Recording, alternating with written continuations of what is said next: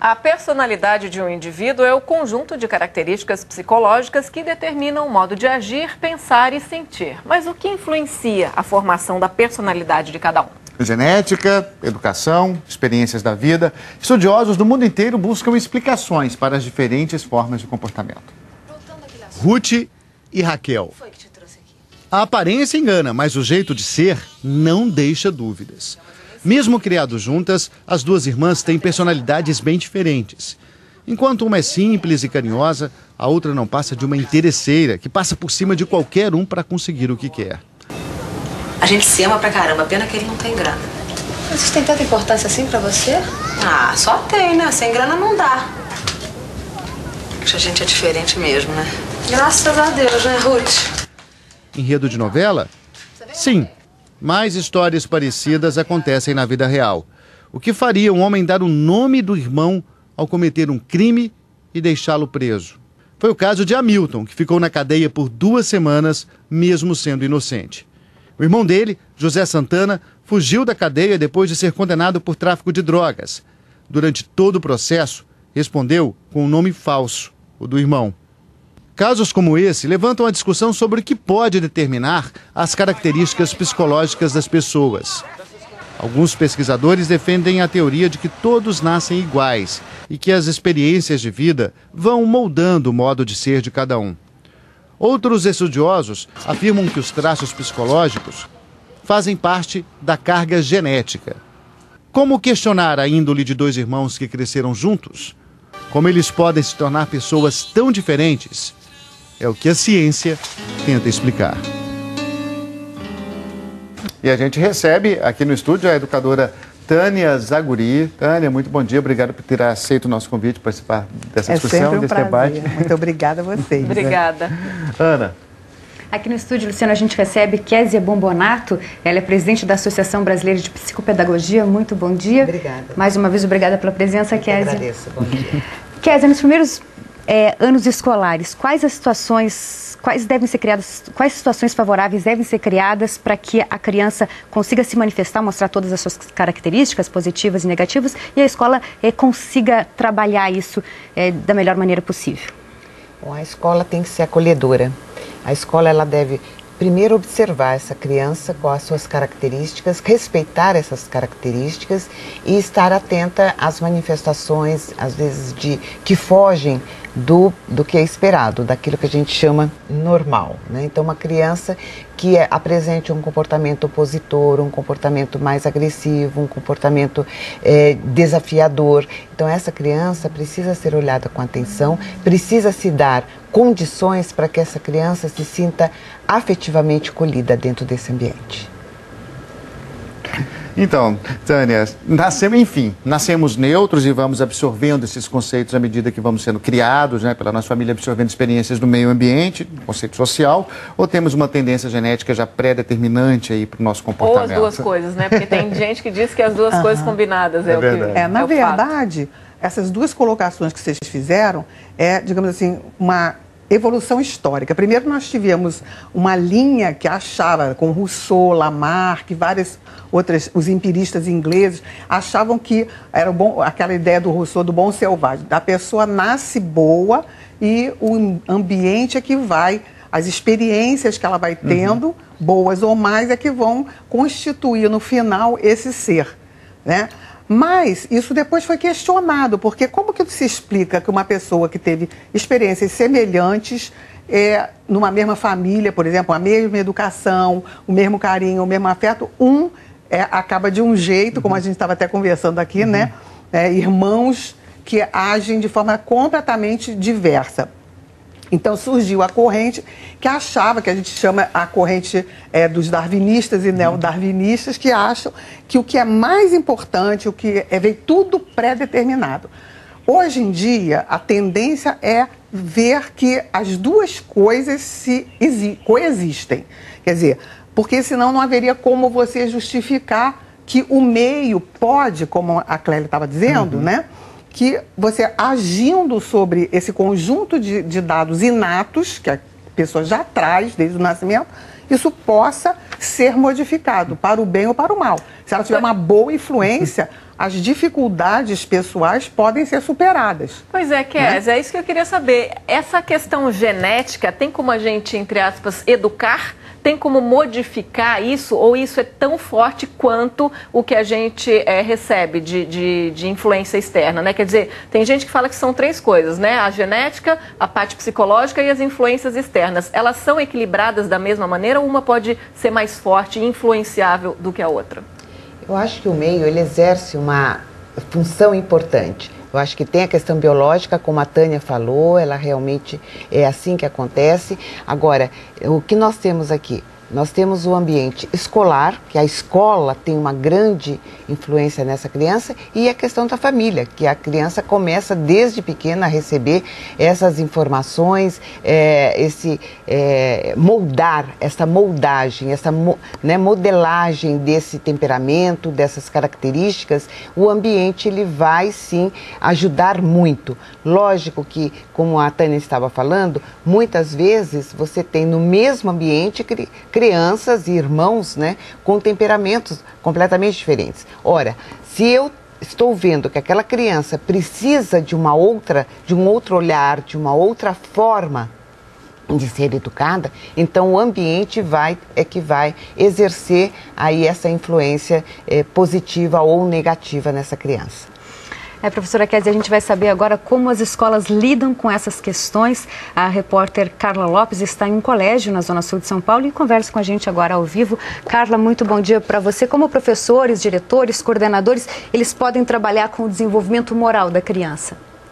Bom dia, Ana. Bom dia a todos. Olha, nós estamos numa das mais tradicionais escolas aqui da cidade de São Paulo. Aqui estudam cerca de 3.500 alunos entre pré-escola e ensino médio. E aqui nessa escola há uma preocupação com o ensino das disciplinas, mas também com a formação ética, com a formação dos valores dos estudantes. E isso se dá, Ana, dentro e fora da sala de aula. A Marisa Rosseto, ela é educadora aqui da escola e ela vai nos explicar, Marisa, como é que se dá isso, porque nós temos aqui a aula formal, mas o aprendizado do aluno pode ser também fora do ambiente escolar, por meio da observação do outro. Queria que você explicasse. Com certeza. Bom dia. Nós temos aqui alguns projetos vinculados a questões sociais, dentre eles onde o jovem vai fazer uma imersão na cidade de São Paulo, observando a problemática, no caso a prostituição, o usuário de crack, enfim, todos os problemas que acontecem na cidade de São Paulo. Ele observa, registra, conversa, depois ele traz para a escola, discute, debate, faz uma associação junto com os textos e aos professores e depois ele vai formar uma opinião e propor. Inclusive faz um manifesto, esse manifesto é socializado com a Prefeitura de São Paulo e a gente vai nesse projeto discutir um pouco os valores que estão imersos ao indivíduo, né? O que a escola pode contribuir para a gente melhorar a sociedade a partir do meu comportamento, da minha relação com o outro, com o que está acontecendo ao entorno. Agora, Marisa, quando vocês observam uma criança com problemas de comportamento em sala de aula, fora da sala de aula, com o professor, na relação com outro colega, como é que vocês lidam com isso? É bem interessante isso, porque aqui a gente tem uma estrutura, são três coisas bem interessantes. Primeiro, quando você fala da observação, o que antecede isso é o nosso projeto pedagógico, que está vinculado à formação do professor, que vem ao encontro dessa inquietação, né? Porque eu trabalho com o indivíduo e hoje os alunos, como bem falaram as especialistas, precisam de uma observação, de uma escola que acolhe. Então, nós fazemos isso na observação. Quando extrapola um pouco isso, que foge um pouco do nosso trabalho em conversa entre os especialistas, a gente chama a família e a gente acredita muito no trabalho em parceria com a família e, se preciso for, a gente indica para a família uma equipe multidisciplinar, né? Há alguns casos que são apenas com terapia ou mesmo conversa e outros que precisam de medicamento, mas isso com com muita cautela, muito acompanhamento, muito rigor. Mas assim, a parceria com a família, nesses casos, são extremamente essenciais. A escola é um espaço de cidadania, é um espaço onde as culturas acontecem, é um espaço de possibilidade, de sociabilização, porém, nunca sozinha, nunca. Professora Marisa, eu tenho uma pergunta para a senhora. Eu gostaria de saber, está ouvindo bem? Está me ouvindo? Estou. Perfeito, bom dia para a senhora. Eu queria saber que para passar essas noções de justiça, de valores, de princípios, eu imagino que o professor tenha que estar muito bem preparado. Eu gostaria que a senhora nos exemplificasse como que isso acontece, da teoria para a prática. Perfeito. Primeiro, assim, que o investimento hoje, a educação, todo mundo é sabido da nossa formação dos professores, né? É uma questão muito grande. Enfim, nós acreditamos na formação em serviço. Então, a gente tem um programa de estudos dentro da escola. A gente só contrata o professor se ele tiver disponibilidade de 3 horas semanais às segundas-feiras. Então, das 6 às 8h30, todas as segundas-feiras, a gente faz uma programação com temas que vão ao encontro da nossa proposta pedagógica. Pensar no indivíduo, na relação dele, na sociabilização e na construção de valores, está atrelada à nossa proposta pedagógica, que é maior, né, que é de uma rede, de uma instituição. Então, a formação, para mim, dos professores é uma grande chave para você poder, de fato, construir isso com o indivíduo, que é ali na base, né, na relação com o professor, não vai para a direção. A direção e os coordenadores vão auxiliar nisso, mas o professor tem que estar bem preparado. Agora, esse professor preparado tem condição, quando está diante de uma criança com problemas de comportamento, ele tem condições de diferenciar o que é temperamento e o que é educação dos pais? Eu acho que a gente sempre discute aqui numa equipe. O professor traz a observação, para os alunos menores, o professor nunca está sozinho, tem sempre um auxiliar de sala. Então, depois dessa união, passa para a assessora psicopedagógica e às vezes vai para a direção. A gente discute, olha, nós não somos especialistas, aqui não é clínica, a escola tem que saber muito bem o papel dela. Então, esse diagnóstico quem vai passar não é a escola. Então, muitas vezes a gente tem alguns indícios, né? Você tem sinais e eu acho muito ruim quando você fala, está acontecendo isso porque os pais se separaram, então a gente já quer adiantar algum fato, algum diagnóstico. Acho que a gente tem que ter uma observação muito cautelosa, né? Eu sempre digo, há que ter um olhar multidiferencial, onde entra teorias da sociologia, da filosofia, da psicologia, para a gente entender esse indivíduo. Então, a escola não deve se precipitar em apontar um diagnóstico, e sim indicar os sinais a partir das observações e buscar o profissional especializado. Bem rápido, professor. Aquela criança que tem problemas em sala de aula, na relação com a professora ou com os colegas, ela sempre tem um caminho a percorrer? Há um jeito para essa criança? Há uma forma de amenizar esse comportamento? Ou há casos em que a escola pede, por exemplo, que a criança seja retirada e vá para outra instituição de ensino? Há casos que vocês não dão conta? Pode chegar nisso. Nós trabalhamos com educação e a gente acredita na possibilidade de transformação do indivíduo sempre. O que muitas vezes acontece é que se esgota, né? A gente vai pelos processos e pelos caminhos com os quais eu falei, só que muitas vezes a gente vê que isso não tem acontecido muito progresso. Então, se a gente chegar numa conclusão junto com a família, que pela felicidade da criança, pelo direito à educação e uma sociabilização mais tranquila, a gente chega, com certeza, é uma questão ética da escola, né? Ela não está preocupada em perder o aluno por conta disso, então a gente sempre pensa no aluno primeiro. Então, se isso for o caso, a gente chega. Geralmente num consenso com a família. Às vezes a família não aceita, enfim, mas a gente faz isso com certeza. Okay. Professora, muito obrigada. Vamos ao Rio de Janeiro. Obrigada, Carla. A gente agradece também a professora Marisa por todos esses esclarecimentos, esses pontos aí levantados. A gente vai ver agora algumas opiniões de assinantes que já estão chegando pelo nosso site, todos bastante interessados nesse assunto. pelo site ou pelo telefone. O Matheus Dias, ele fala o seguinte: a índole é determinada pela deliberação de atitudes que a pessoa escolhe para sua conduta. Somos livres para decidir se vamos fazer parte de uma quadrilha ou se vamos ser voluntários de uma instituição de recuperação de viciados. Aí a opinião do Matheus. Muito bacana. Mais uma opinião: ambos são determinantes. Índole seria apenas o modo como ela reage a situações de forma passiva ou ativa. Resta educar a criança para que ela sempre procure o caminho do bem. É a opinião do Caio Mariano. Mais uma opinião: o comportamento é a educação, pois não nascemos com uma personalidade formada. Há algumas exceções, como casos de psicose ou esquizofrenia. É a opinião do Irineu. E temos uma pergunta para você, Tânia, de um assinante: um dependente químico que está internado consegue reformular o caráter através do tratamento? É a pergunta da Maria Amélia. Bem, na verdade, a pessoa está internada para tratar uma dependência química, ela não está internada para fazer uma reformulação de caráter, né?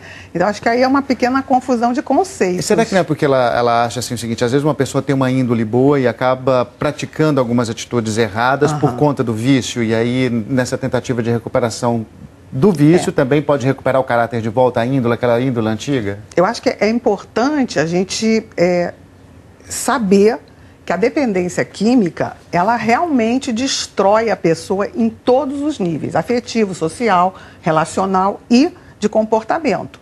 Então, são situações anômalas, né?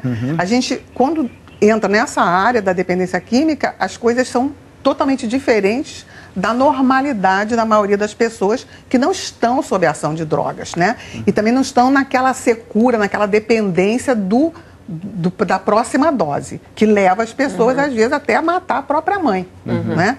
Então, são coisas muito extremas. O que eu acho importante de todos os depoimentos que a gente ouviu, todos muito bem colocados, mas eu acho o primeiro depoimento que você leu, Raquel, eu achei espetacular, porque ele tocou num ponto que a gente ainda não tinha falado, que é a diferença entre aquelas duas linhas que eu coloquei, os empiristas e os neodarwinistas, etc. Né? O que importa também é a gente saber, e eu acho que isso é tão fundamental hoje na educação, tanto na família como na escola, a gente mostrar para os nossos filhos que eles são donos da sua vontade, né? Independente das coisas inatas ou do que você aprendeu, no final, quando a gente cresce, a gente não pode ficar dizendo: a culpa é da minha mãe que não me deu amor, a culpa... Não. A tua decisão, você é dotado de livre-arbítrio. Achei muito bem. E aí pode escolher, como disse o Matheus, se vai fazer... Num determinado momento, você não adianta ficar assim: minha mãe foi assim, meu pai foi assado. Você tem o poder de mudar isso, né? E você já é um adulto. Então tem uma hora que a gente chama da idade da razão. Você vai decidir o teu destino. Sem dúvida. Kézia, a gente tem uma pergunta de assinante agora para você em São Paulo. É a seguinte: se a questão da índole for genética, não abriria espaço para se apoiar a pena de morte, já que não haveria possibilidade para uma mudança de comportamento? É o Rafael Barros. Olha, eu acredito, Raquel, primeiro que a pena de morte é uma coisa muito discutida, eu não gostaria de entrar no âmbito dessa questão. Agora, a índole, ela pode ser moldada, como a própria Tânia falou, quer dizer, a pessoa, ela tem a escolha, ela pode fazer a escolha, ela pode ter aí dentro do seu desenvolvimento, ela pode estar entre querer fazer o bem ou querer fazer o mal. É uma escolha e isto vai depender muito do que ela recebe também de influência do ambiente, é lógico. Nós temos que acreditar que o ambiente, ele influencia, ele favorece ou ele dificulta. Ora, se nós pensarmos nessas coisas assim de uma forma tão contundente, nasceu assim e estará fadado a ter um comportamento eternamente na sua vida, isto faz com que nós não acreditemos na questão das mudanças. E nós, como psicopedagogos, acreditamos nas mudanças. Acreditamos que a aprendizagem é uma mudança. E essa mudança depende de como o meio, como a família vai favorecer isto. Lógico que quando nós trabalhamos com alguns transtornos, então aí precisa de um atendimento mais específico, uma coisa mais especializada.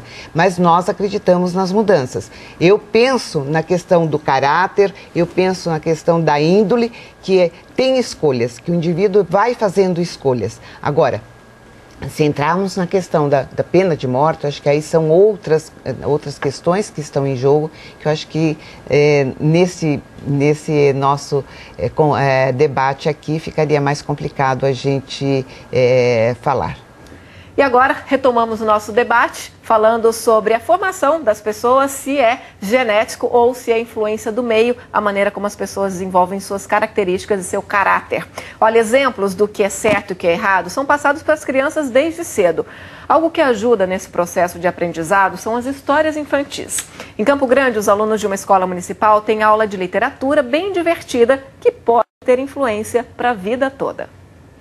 Depois de encontrar uma moeda de ouro, a Baratinha decide usar o dinheiro para se casar. Ela quer um marido que não faça barulho e, entre vários candidatos, escolhe o rato. Só que na festa de casamento, antes de subir no altar, o noivo não resiste à feijoada. Acaba caindo dentro da panela e precisa ser levado ao hospital. Você acha que o ratinho estava certo? Não. Por quê? Porque ele perdeu o equilíbrio e não era para ele ir lá comer a feijoada em vez que era o jantar. Decepcionada, a noiva decide escolher outro marido. Se o ratinho não fosse tão ansioso e tão guloso, poderia ter se casado com a Baratinha. Esta é apenas uma das mensagens repassadas a estes estudantes de uma escola municipal de Campo Grande. Um projeto que, através da literatura e de encenações assim, mostra às crianças valores morais. São nos primeiros anos de vida que a nossa personalidade é formada. Até os 7 anos, em geral, as crianças formam a base da personalidade, né? E é onde a gente tem que passar realmente os valores, os sentimentos e a representação das coisas. Então a fábula é um grande instrumento, porque ela leva a criança a fazer a imaginação, a se projetar e a tirar dessas histórias os valores mais importantes para o dia a dia, na relação dela com as pessoas adultas, principalmente. É fundamental esse aprendizado aí desde cedo, né? Olha, mais assinantes participando aqui desse nosso debate pelas redes sociais. A gente tem algumas opiniões aqui no nosso telão. O Daniel fala o seguinte: com certeza é a índole. É só vermos quantas pessoas passam a vida toda sendo corretas, mesmo passando necessidades, e quantas outras nascem em berço de ouro e têm do bom e do melhor, mas não têm escrúpulos. Mais uma opinião: índole nasce com você. Educação é algo que você aprende com o tempo, mas creio que índole é mais importante, porque ela define que você é realmente. A Vera Lúcia que tem essa opinião.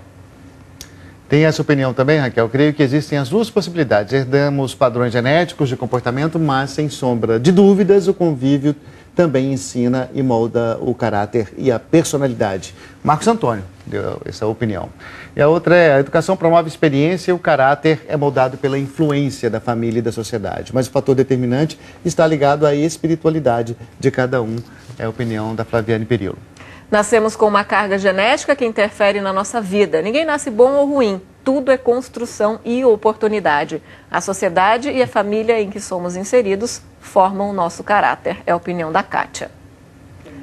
Acredito que é uma mescla de índole e educação, mas a educação é tão fundamental que tenho certeza, ela pode mudar uma vida, inclusive transformar a própria índole. São exemplos diários que podem sim falar mais alto. É Simone de Aguiar que tem essa opinião.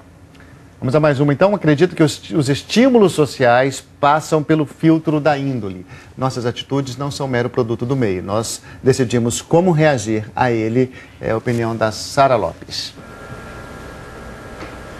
Professora Tânia, justamente seguindo aí os nossos assinantes sobre a influência do meio, qual a influência dos amigos na formação do caráter das crianças? Existe até uma teoria de uma psicóloga americana que ela diz que amigos são tudo, né? Que eles seriam até mais importantes do que os pais. Será mesmo? A senhora concorda? Qual o papel? Será que os amigos têm esse papel tão fundamental assim no comportamento, nas escolhas e talvez até na personalidade das crianças? Não, na verdade, assim, na infância, até a pré-adolescência, o que vale mais, o que pesa mais é realmente a opinião, a postura, o exemplo dos pais. Até mais ou menos 7, 8 anos. Então, até tem essa teoria que até os 7 anos, mais ou menos, a estrutura da personalidade já está definida. É isso mesmo? Sim. Agora, uma coisa importante a gente entender que existem coisas pré-determinadas. O que torna exatamente tão difícil o trabalho da educação, seja na família ou na escola. Porque às vezes você tem 3 filhos, 2, você dá todos os bons exemplos, você trabalha desde cedo com a criança e, no entanto, né, não tem até aquela expressão, ovelha negra da família? Por quê? Porque essa é uma coisa pré-determinada. Recentemente, há uns 2 anos atrás, foi publicado um estudo nos Estados Unidos de um psiquiatra americano que ele fez um estudo de longo alcance, de muito longa duração, acompanhando a vida de um enorme número de pessoas. E ele chegou a uma conclusão sobre exatamente, ele estava procurando ver se existia essa coisa de pré-determinado. E ele afirma ao final do estudo dele, claro que isso pode ser contestado ainda ou não, mas no estudo que ele fez, que é um estudo seríssimo, ele aponta que 3% da população mundial, a conclusão do estudo dele, teria uma tendência que ele chamou para o mal. Então, independente do que a gente faça, essas pessoas vão ser as pessoas que roubam, as pessoas que assassinam, enfim, é o que ele estudou. Agora, o que eu gosto de lembrar é que a gente fica horrorizado, meu Deus, 3% das pessoas não vão ter solução. Mas o que a gente tem que pensar é que 97% das pessoas pode perfeitamente ser aperfeiçoada pelo meio, melhorada, ou até inatamente trazer grandes contribuições para a melhoria da sociedade, né? Eu acho que a gente tem que sempre olhar o foco positivo. Sem dúvida. Kézia, tem 2 perguntas de assinante aqui para você. São as seguintes. Existe uma idade limite para que os pais eduquem seus filhos para o futuro e possam passar valores e moldar a índole da criança? É a pergunta do Alfredo Ronaldo Correia. E a pergunta seguinte está aqui no nosso telão. O Aparecido Castro pergunta: a religião influencia na criação da personalidade ou índole? Não. Sim. Raquel, é o seguinte, a criança, como a Tânia acabou de falar, até 8, 9 anos, 10 anos, a criança ela tem ali a família como uma referência muito forte. O que acontece com essa criança quando ela entra na adolescência? Para ela poder fazer essa separação, para ela poder construir a sua identidade, ela tem que um pouco falar que aqueles pais, aquela referência que ela tem não serve mais. Então ela desqualifica esses pais para ela poder aguentar fazer essa separação e ela ter essa influência dos amigos, porque os amigos aí passam realmente a ser um referencial muito forte para o adolescente. Mas, de qualquer forma, esta família tem que estar sempre ali trazendo até esses adolescentes, para que esses adolescentes estejam ali próximos dessa família, porque vai chegar uma hora mesmo que a família vai ter menos acesso a essa criança que agora passa a ser um adolescente e aí quando volta ao jovem. Ele resgata depois essas relações com a família quando ele passa dessa fase, mas numa fase da adolescência a influência passa a ser dos amigos, mas a família construiu a sua base. Eu acredito sim na questão da religiosidade, né? Eu acho que a religiosidade, ela passa valores de ética, de moral, que devem ser acompanhados ali com o exemplo da família. Porque não adianta eu ter o discurso se o exemplo que a criança vê é outro. Então, a criança ela vai, através da sua observação, dos exemplos dos pais e recebendo esses conceitos da religião, ela passa a ter valores de ética e de moral que vão ajudar na construção da sua personalidade. Né? E temos mais perguntas de assinantes, agora é da Regiane Adice. Ela pergunta para a professora Tânia no Rio: professora, qual é o papel da escola em relação a uma criança que sinaliza sinais de agressões verbais e físicas?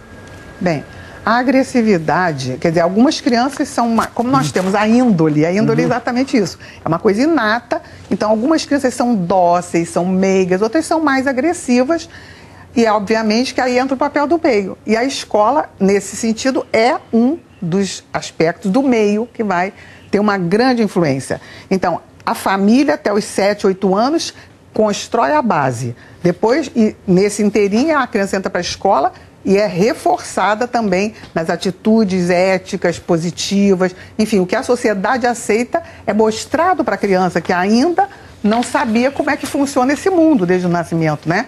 Então é a gente na sociedade, a escola e a família que vai mostrar para a criança qual é a ética vigente naquele momento histórico, né? Então esse é o papel da escola também, a construção do cidadão, mas a família que dá a base. Agora, o resto é aí. Quer dizer, claro que a ação do meio pode abrandar uma índole mais agressiva, como é o caso dessa pergunta. A criança aprende que aquele comportamento não é o melhor. Se a sociedade sanciona, mostra que não é adequado. Se há impunidade, quer dizer, se a escola, se a família e a sociedade deixam a pessoa fazer tudo, ela começa a achar que aquilo é normal e continuar a agredir. Então, essa sanção educacional, que não é bater, que não é mandar ajoelhar no milho, né, como antigamente se fazia, mas sim mostrar que as atitudes que são, digamos, socialmente bem aceitas são premiadas. E as que não são, de certa forma, punidas, né? Às vezes até com retirada de afeto, coisas assim que a gente tem recursos hoje. A assinante Maria Isabel também dá sua opinião aqui no nosso debate. Ela diz que acha que o ser humano já nasce com a índole formada. Ela pergunta, professora Kézia, é certo afirmar que o ambiente também exerce uma influência negativa ou positiva?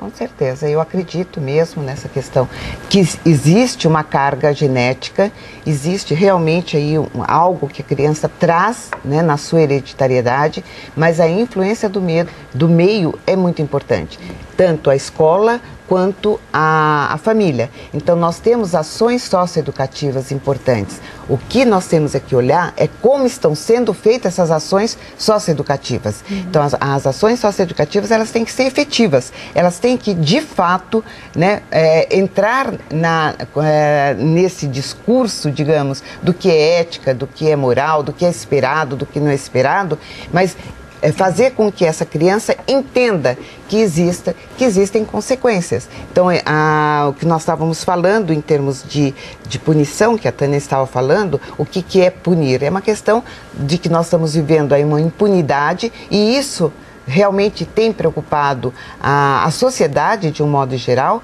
porque essas ações educativas ou socioeducativas, elas têm que ser mais efetivas. Né? Como é que nós vamos lidar com a impunidade? Isso é que vai fazer toda a diferença na moldagem, na modelagem do caráter dessa criança. Kézia, a professora Tânia estava falando aqui, tem famílias que tem aquela que é chamada ovelha negra da família, né? E falando sobre essa questão genética, como é que entra então essa questão genética? Porque a criança herda os genes dos pais, né? Quer dizer, é sempre uma tendência pré-definida já? A criança tem aquela genética, mas como é que nascem filhos tão diferentes? Quer dizer, quanto a educação e a formação da criança pesa nisso, se ela tem uma mesma carga genética, né? Como é que a gente pode entender essa diferença de um filho para o outro? Então, Raquel, aí nós temos que ver a questão dos transtornos, né? Então, existem os transtornos de conduta, existem os transtornos que a gente fala que vão atrapalhar ou que vão influenciar. Existem crianças que são da mesma família que têm um transtorno de hiperatividade, enquanto o outro irmão não tem. Existem esses transtornos, eles não ocorrem igualmente em todos os irmãos. Então, se uma criança nasce com um transtorno de conduta, por exemplo, ele precisa de um acompanhamento de um médico. Ele pode ser medicado, não que a medicação vai terminar com o transtorno, ou não é curativa essa medicação, mas ela auxilia a intervenção. Existe então uma intervenção educacional e uma intervenção, muitas vezes, com a necessidade de um terapeuta para poder interferir nessa formação e nessa conduta desse indivíduo que pode estar apresentando um transtorno. Kézia, eu queria só aproveitar, desculpa, Raquel e Luciano, só para não perder a deixa aqui, eu tenho uma dúvida. Kézia, muitos pais fazem sem querer, acabam rotulando os filhos. O meu pequeno é mais quietinho, o maior é mais agitado. Isso de alguma forma a criança pode se apegar a esse rótulo e isso pode incorporar no traço de personalidade dela no futuro? Ana, isso que você está trazendo é importantíssimo, né? Esses rótulos, digamos que, ou esses comandos, são verdadeiros comandos para a criança. Aquilo que a família fala, ele é assim ou ele é assado, parece que a criança tem que responder a este comando. Então, isto assim, é muito importante de como nós vamos valorizar essa criança, né? Como é que a gente pode, através da fala, através dessas sentenças, que são verdadeiros comandos. Se eu falo, essa criança é tímida, parece que essa criança entende que o lugar dela nesta família ou na sociedade é ser tímida. Se eu falo, essa criança é agressiva, bom, já espero que eu seja agressiva, então eu tenho que corresponder a isso. Então, isto é muito importante. Como que as crianças são vistas e tratadas por esta família. Professora Tânia, eu queria te perguntar o peso da genética na índole. A gente está falando justamente isso, mas para entender melhor, seria, por exemplo, observar que, até essa afirmação de que grande parte das características humanas, ela não é definida por um único gene ou aquele gene, como, por exemplo, a cor do olho. A cor do olho, você pode ter um gene recessivo, um gene dominante, o tamanho e tal. Mas o comportamento não, ele é definido por uma grande quantidade de genes e por isso que fica até mesmo difícil calcular o peso deles, a influência deles na nossa índole. Não, Luciana, você falou muito certo. O legado genético dentro de uma mesma família, se são 3 filhos, não é o mesmo. Não é o mesmo. Tanto que um pode ter olho azul e o outro olho castanho. Eu mesma sou de uma família que tem o olho castanho e a minha irmã tem o olho azul. Né? Que pena, né? É azar. Mas, na verdade, isso se reflete em todas as áreas. Comportamento, caráter, personalidade, cor do olho, cor do cabelo. Então, o legado genético de irmãos não é igual. É diferente. E isso também explica, por exemplo, quando a psicopedagoga de São Paulo estava colocando, ela estava falando da doença, mas eu estou falando são 3 crianças saudáveis, nenhuma tem nenhuma patologia, mas elas têm cargas, heranças genéticas diferentes, o que determina que uma é introvertida, outra é extrovertida, uma recebe qualquer elogio como uma coisa maravilhosa e outra sempre acha pouco. Por quê? Né? Isso é o diferencial.